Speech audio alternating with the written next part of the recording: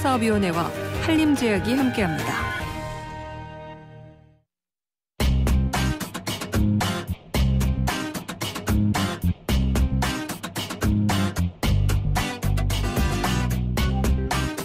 네, 세계를 만나는 시간 나와 함께하고 계시는 지금 시각 10시 43분 20초 막 지나고 있습니다. 지금 저희 방송은 유튜브 보이는 라디오로도 생방송 함께하실 수 있고요. 자, 이번 코너는 전제적 세계 시점입니다. 인문결연구소 임상훈 소장님과 함께합니다. 어서 오세요. 네, 안녕하십니까. 네, 코로나19 사태로 전 세계 경제가 위기에 빠져 있다 이런 이야기들 계속 나오고 있는데 그래서 다양한 나라들이 경제 대책을 또 다양하게 내놓고 있고요. 네.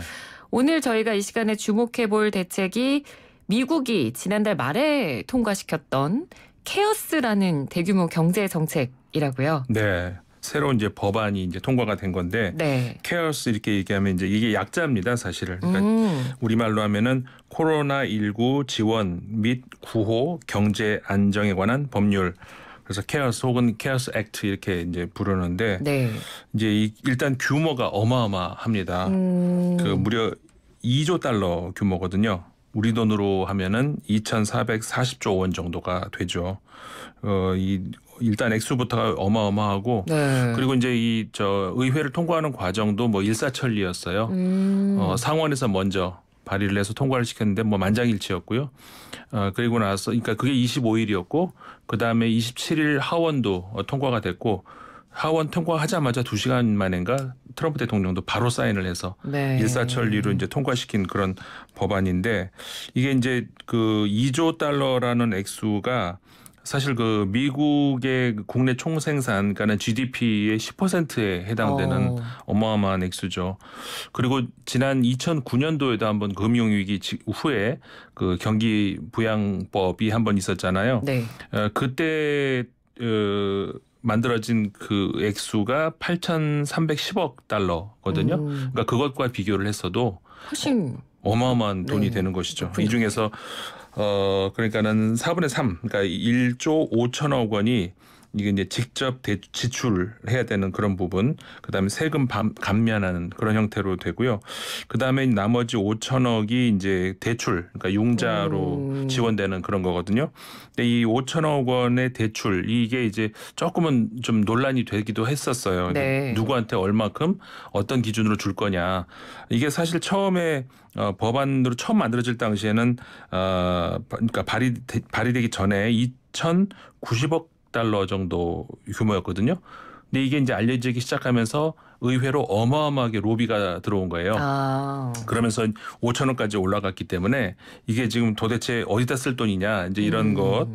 예를 들어서 이제 트럼프 대통령 같은 경우에는 그 돈이 이제 유람선이라든가 호텔 산업에도 사용되길 바란다. 이런 뜻을 그쪽 관광업이 침체가 돼 있으니까. 그렇죠. 근데 네. 이제 트럼프 대통령도 호텔을 가지고 있잖아요. 그렇죠. 그럼 그거 어떻게 할까? 그러니까는 본인의 호텔에도 지원되냐? 기자들이 당연히 이제 꼬치꼬치 물었죠. 그랬겠죠. 거기에 대해서 트럼프 대통령이 답변을 안 했어요. 그러니까 좀 이런 거, 그러니까 좀 애매한 그런 구석들이 어쨌든 있지만 급한 불은 끄자라고 하는 그런 차원에서 의회와 행정부가 일사천리로 통과를 시킨 것이죠. 네, 그래서 뭐 내용보다는 법안이 그렇게 일사천리로 통과됐다는 것 자체가 뭐 의미가 더 있다라는 네. 이야기도 좀 나오고 있는데 네네. 예전 역사하고도 저희가 좀 비교를 해보면 좋을 것 같아요. 뭐 예전에도 어떤 뭐 국가적으로나 전 세계적으로나 위기가 왔을 때 대규모 경제 정책들이 나오는 역사가 있는데 네. 대표적으로 1, 2차 세계대전 이후에 미국 정부가 마셜 플랜이라는 그런 정책을 내놓은 게 있었잖아요. 네.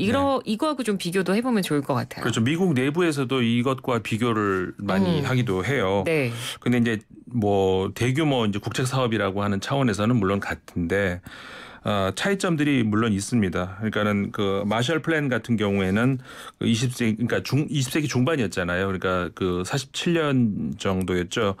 1, 2차 세계 대전이 끝나고 나서 유럽이 완전히 그 잿더미에 결국 깔렸잖아요. 네. 그것을 그러니까 유럽을 좀 지원하겠다, 복구하겠다, 유럽의 부흥 이런 것들을 위해서 이제 사용했던 그러니까는 당시는 전후 복구 사업이었죠. 그러니까 전쟁 중이 아니고 전후 복구 사업인데 이번에 그 케어스 법안 같은 경우에는 미국 정치권에서는 이건 분명 전시 상황에 이제 준한다. 그러니까는 이 전후가 아니라 전시라는 것, 그 점을 굉장히 강조를 많이 하고 있습니다. 네. 그러니까 전시 수준의 투자라는 것, 이렇게 이제 맥코넬 그 공화당 상원 원내대표가 이제 분명히 밝혔고요.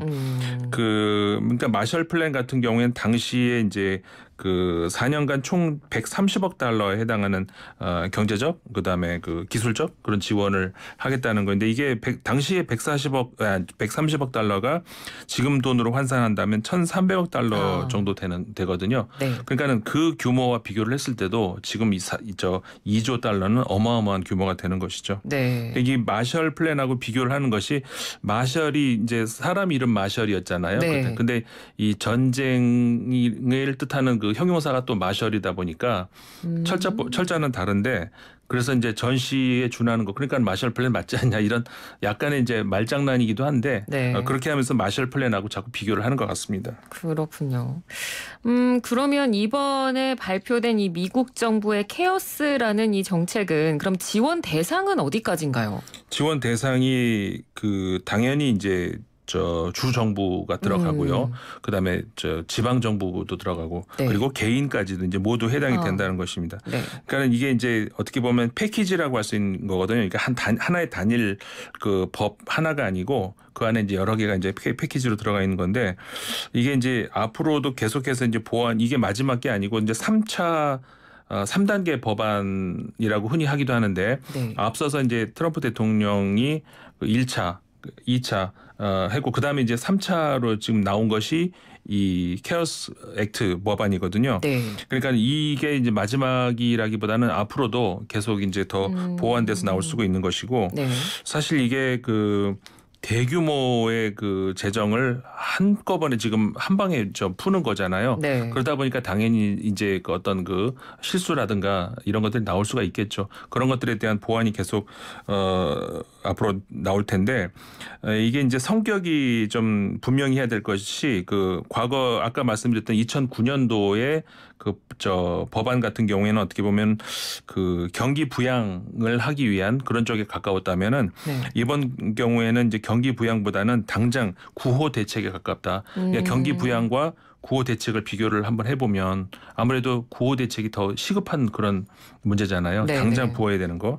그러니까 비유적으로 하자면은 이거는 어떤 그 인간으로 하자면은 건강을 잘 회복을 해서 이제 어떤 병마로부터 이겨내게 하기 위한 어떤 운동 영양제 투입이 아니고 당장 항생제에 가깝다는 것. 그러니까 당장 빨리 지금 그 구호를 하는데 써야 되는 이제 그런 성격에 나오는 것이 그 성격이라고 할 수가 있고. 네네. 그다음에 이제 그래서 이제 부양 대책은 좀 더 이제 어느 정도 안정이 되면 계속해서 이게 지금 한두 달로 끝나는 것은 당연히 아닌 문제잖아요. 이 1, 2년이 갈지 3년이 갈지 모르는 문제이기 때문에 앞으로도 부양 대책이 계속해서 나올 것으로 전망이 되고 있습니다. 그러니까 지금 상황 자체를 이제 전시 상태라고 판단을 했기 때문에 네. 그러니까 사람 몸을 예로 들자면 지금은 내가 너무 큰 병에 걸렸고 일단 병을 치료하는 게 급선무고 그렇죠. 그 치료를 일단 해놓고 내가 어느 정도 건강해지면 그 다음에는 뭐 운동을 하든지 영양제를 먹든지 그런 식으로 내 몸의 면역 체계를 그 다음에 유지를 하겠다라는 방식으로 지금 이제 미국에서 좀 비유를 해드렸습니다만 그런 식의 이제 경기 지원책을 내놓은 건데 네. 요즘 뭐 우리나라도 관련 이슈가 굉장히 정치권에서 이슈가 되고 있고 네. 그래서 뭐 보편적 기본소득이다 이런 이야기도 많이 나오는데요. 네. 그러면 이 보편적 기본소득하고는 이 미국의 케어스하고는 좀 다른 개념이죠. 그렇죠.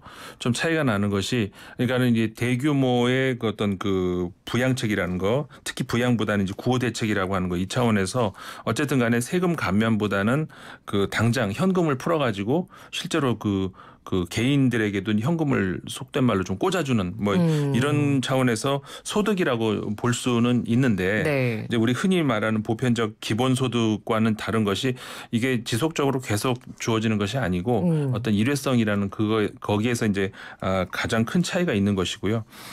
그리고 이게 이제 일회성으로 주어질 경우에도 개인에게도 물론 그렇지만은 그러니까 이게 증빙 서류가 이제 굉장히 많이 준비가 돼야 되겠죠. 네. 그냥 돈을 줄 수는 없잖아요. 그렇죠. 그러니까 내가 그 실업을 그러니까 자의적으로 내가 지금 직장을 이제 다니기 싫어해서 그만두면은 안 되는 것이고 내가 실업을 지금 당했다는 것 아니면은 어떤 그 이 코로나 19와 관련돼서 예를 들어서 내가 직접 감염이 됐다든가 혹은 내가 어떤 그 부양을 해야 된다든가 등등 이런 문제로 직장 생활을 하기 어려운 거라든가 이런 증빙 서류가 이제 준비가 돼야 되는 것이고요. 네네. 기업들 같은 경우에도 대출을 받을 경우에 여러 가지 이제 조건들이 많이 있죠. 뭐 기본적인 상식적인 것이지만 예를 들어서 현재 고용 인원을 유지를 해야지 이게 그 대출을 받았을 때 명분이 있는 것이지 그다음에 해고를 해버리면 안 되잖아요. 네. 90% 이상의 직원을 유지를 해야 된다든가 그다음에 그 상황에서 이제 그 어느 정도 갚기 전에 돈을 갚기 전에 그 이 내부의 배당금을 이렇게 돌린다든가 회사 내부로 이런 것들이 안 되는 이런 것들이 이제 그 세부 조건들이 이제 있는데 뭐 그런 차원에서 그냥 어떤 그 무조건적으로 이제 주어지는 기본적인 어떤 그 소득이라고 볼기는 어렵다. 이렇게 볼 수가 있는 것이죠. 가장 큰 차이점은 어쨌든 간 일회성이라는 거. 네네. 계속 앞으로 준다는 게 아니고 이제 그렇다는 그게 큰 차이점이죠. 그렇습니다. 자, 이런 대규모 지원책들이 발표가 되면서 뭐 나오는 분석 기사들이나 이런 걸 보면 이제 우려스러운 부분에 대해서 분석을 많이 하는데 네. 이렇게 되면 결국 정부의 부채를 나중에 다 떠안는 거 아니냐. 네. 결국 뭐 빚이 아니냐 이런 문제가 나오긴 합니다만 사실 뭐 저희 코너는 전지적 세계 시점 코너니까 이런 경제적 유불리도 중요하지만 좀 더 넓은 관점, 그러니까 사회적 관점에서 이런 대규모 지원책을 한 번 더 좀 넓게 바라보면 좋을 것 같아요. 네. 소장님께서는 이 부분에 대해서는 어떻게 의견을 가지고 계시는지요? 사실 부채가 맞죠. 정확하게 말하자면은 정부가 부채를 떠안 거는 맞는데 네. 그러니까 빚잔치 아니냐. 글쎄요. 빚잔치라고 보기에는 어려운 것이 사실 그 국가의 부채는 늘어날 수밖에 없지만 이게 그러니까 정상적인 상황이라면 당연히 빚잔치가 되는 거죠. 이게 네. 쓸데없는 짓을 한다 볼 수가 있지만 지금 미국 정부가 판단하는 현 상황은 아까도 말씀드렸죠. 전시 상황이라는 거예요. 근데 우리가 전쟁 중에 저축을 하기는 어렵잖아요. 그렇죠. 지금 그런 상황이기 때문에 지금 가장 시급한 어떻게 보면 어떤 무엇보다도 가장 시급한 문제가 무엇이냐라고 하는 어떻게 보면 가치 판단의 문제가 지금 들어가야 되는 것인데 예를 들자면 이런 것이죠. 지금 현재 상황에서 가장 중요한 게 뭘까요? 일단 인명 그렇죠. 보호 아니겠어요? 인명 보호가 가장 중요하다고 볼 수가 있는 것이고 그다음에 인명 보호 그다음에 또 중요하다고 할 수가 있는 것이 그 경제 어떤 그 현상 유지 적어도 현상 유지 네. 이제 앞으로 조금 더 지나자면 활성화 이 문제를 생각을 해야 되는데 그 경제와 예산 이 두 개를 우리가 이제 사실 혼동을 하면 안 된다는 것이죠. 그러니까는 그 사실 미국에서도 이번에 그 케어스 법안이 통과된 이후로 나오는 얘기 중에 하나가 이게 있거든요. 경제는 예산보다 중요하다. 이게 이제 그 미국에서 경제와 예산을 달리 봐야 된다. 그렇죠. 네, 그런 거네요. 그렇죠.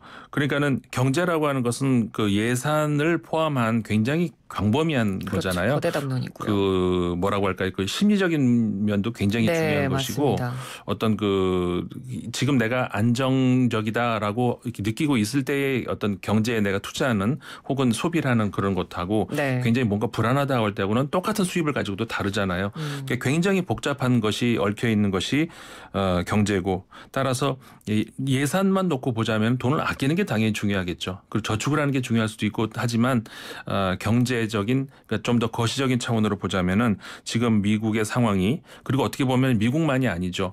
그 아까도 말씀하신 것처럼 우리나라도 사실 우리나라도 이 문제가 이제 많이 그 거론이 되기 시작한 것이 네. 미국에서 이 법안이 통과가 되면서 그렇다면은 이거 정말 우리도 생각을 해봐야 되는 건 아닌가라는 언론에서 많이 나오잖아요. 그러니까 정말 중요한 것은 그러니까는 이 경제를 생각을 할 때는 예산만 볼 수는 없다. 좀 더 거시적으로 좀 더 많은 부분에서의 그 관점이 필요하다. 이게 이제 우리가 생각을 해야 되는 거겠죠. 네, 알겠습니다. 오늘 말씀 잘 들었습니다. 고맙습니다. 네, 고맙습니다. 네, 지금까지 임상훈 소장이었습니다. 네, 저도